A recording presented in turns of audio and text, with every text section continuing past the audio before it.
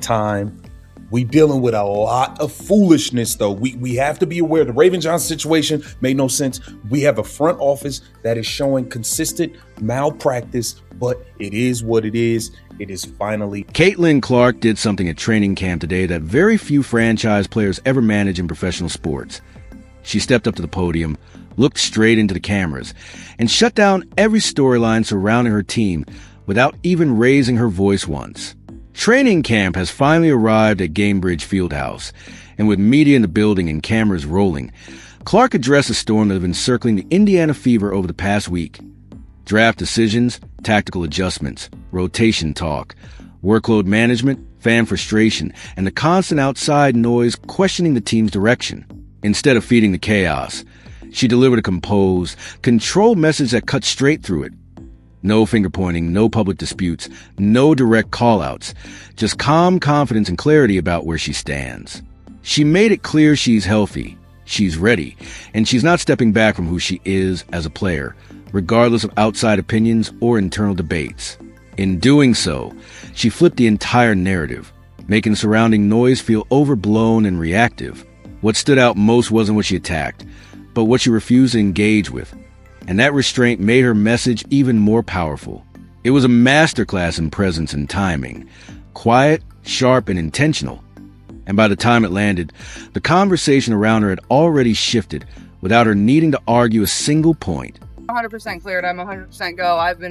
Obviously you saw that at USA. I've been playing pickup as live as I playing live all the time. You know, eventually skill workouts get a little bit boring, so you just want to play and play and play. So I think it's just being smart. Like, no need to overdo it at this point.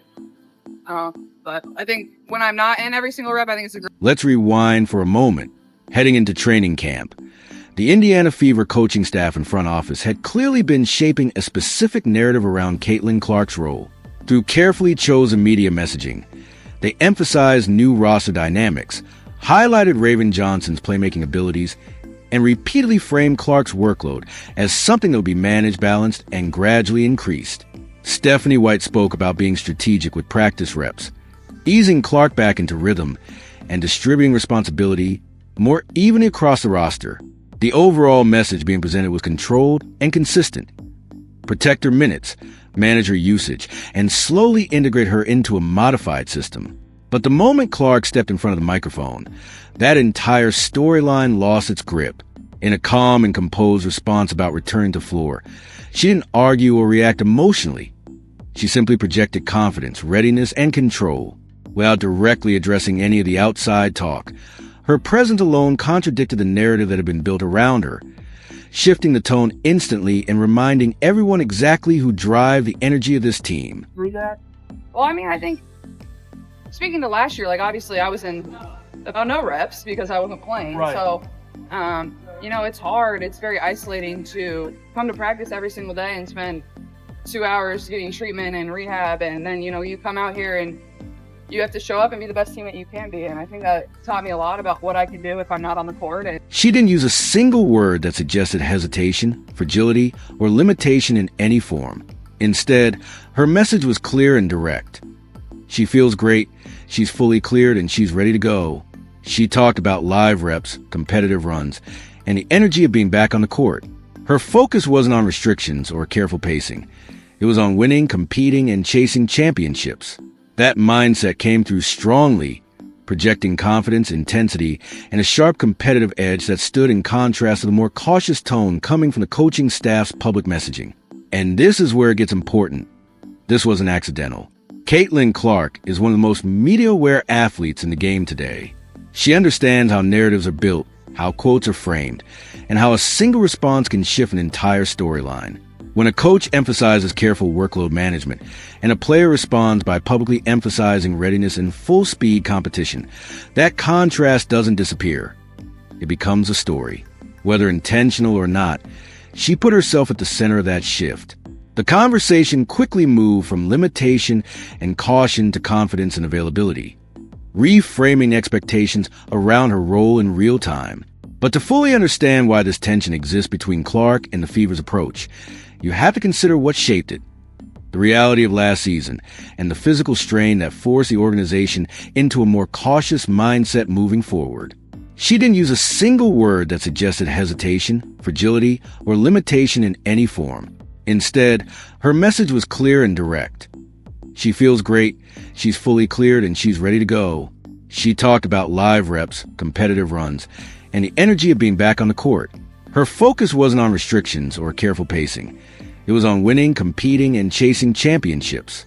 That mindset came through strongly, projecting. I think you gained since kind of going through that whole not playing as much as you wanted to and then getting back to the court. Yeah, well, I was talking to Steph a little bit, and I'm the person that doesn't want to sit out a single rep. Like, I want to be in there every single time. Like, I just love competing and I love playing, and none of that has changed. But I think just like being a little bit smarter with my body and understanding what it takes. And I think especially like through camp days, like these days are really long. Like, you're on the court 2.5, 3 hours. And Clark herself has acknowledged that last season was mentally and physically draining. She spoke about how tough it is to be around the team environment while spending long stretches in rehab and treatment instead of being on the court with her teammates. She experienced the frustration of missing time, watching games on the sidelines, and being unable to directly contribute when it mattered most. She also saw how demanding the season was on the roster as a whole, with players pushing through heavy workloads and the team falling just short of its ultimate goal in a tightly contested finish. That kind of experience naturally changes a player's perspective. It sharpens focus, builds urgency, and reinforces how valuable every opportunity on the court really is. For Clark, it's created a clear mindset shift. When she is clear and available, she wants to compete, stay engaged, and be part of every moment she possibly can. After spending significant time away from action, she now approaches a game with a stronger emphasis on consistency, rhythm, and presence rather than watching from the sidelines. healthy, and that's why I've been healthy and why I will remain healthy as well. When did you find out about Aliyah signing the Epic extension, and just your reaction to her being locked up now? I knew it was in the works, but I mean, I saw it on social media and just super happy for her. Largest salary in WNBA history over the course of the deal. So nobody more deserving, really happy for her, and happy that she made it clear that she's not the type of player who wants to sit out unnecessary reps. Her mindset is built on competition, being on the floor, staying involved, and constantly improving through live action. While she acknowledged that managing recovery, treatment, and preparation is part of a long season, her core identity hasn't changed. She's a competitor, and competitors want to play, not watch from the sidelines. Then came the moment everyone in the room was waiting for, the so-called storyline that the media was eager to ignite. But this is where her control over the situation really showed. Reporters were clearly hoping for a headline-driven response about rivalries and past viral moments, trying to pull her into something emotional or controversial. Instead, she shut it down with complete composure. When asked about the roster and new additions, she kept it professional and team-focused. She spoke positively about the group, highlighted the overall depth, and treated every teammate the same. No special attention, no indirect commentary, and no acknowledgement of outside noise. That decision carried weight. By refusing to elevate any external drama, she effectively removed it from the conversation altogether. The message was simple. This is a basketball team focused on winning, not a collection of narratives built for attention. She wasn't reacting to internet discourse or engaging in comparisons. She was reinforcing unity and professionalism. That kind of restraint under pressure is rare, especially in a high-profile environment where every word gets dissected. Most players, even experienced ones, would have slipped in something reactive or given the media a small hook to run with. She didn't. She kept it clean, controlled, and forward-looking. And in doing so, she didn't just avoid controversy. She closed the door on it. When asked about Aliyah Boston signing a major contract extension, Caitlin Clark didn't hesitate to show respect and excitement. She called it a well-earned deal and spoke highly of Boston's impact on the franchise and the connection she has built with the fan base. In Clark's view, Boston is a stabilizing force, the kind of player who anchors everything around her. Boston, for a part, echoed that same calm and team-first mindset in her own media availability. She emphasized chemistry, continuity, and welcoming new additions into the system, keeping the focus on unity rather than outside noise. She has consistently taken a grounded approach, even addressing surrounding narratives in a measured, composed way, reinforcing her role as a steady presence in the locker room. That's why her position within the team matters so much. Boston sits at a critical intersection of personalities and expectations, understanding both Clark and the rest of the roster, while carrying the trust of the coaching staff and teammates. That combination gives her a unique ability to keep communication balanced and the locker room stable, even when external narratives try to create friction where none is openly visible. Still, beneath the surface, there are real competitive and strategic differences shaping the season. Clark's confidence in her readiness and pace contrasts with the coaching staff's emphasis on structure, rotation management, and long-term workload planning. Those perspectives aren't necessarily in open conflict, but they do represent different philosophies that will be tested once the season intensifies and in-game decisions start to matter more than preseason messaging. Training camp itself offered a clearer look at Clark's mentality. Reports from practice describe a player fully engaged and operating at high intensity, shooting with rhythm, moving with purpose, and setting a strong competitive tone. Rather than easing in passively, she looked active, assertive, and eager to establish rhythm early.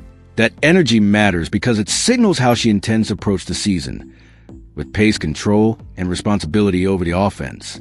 While the coaching staff continues to emphasize measured integration, Clark's approach reflects a desire to stay fully immersed in competition and maintain constant involvement in the flow of the game. As the preseason approaches, the matchup against top-tier competition will quickly reveal how these ideas translate on the court. The balance between coaching strategy, team structure, and Clark's competitive instincts will be one of the defining storylines of the season. And with Boston in the middle as a steadying presence, the Fever's ability to stay aligned will depend on communication as much as performance.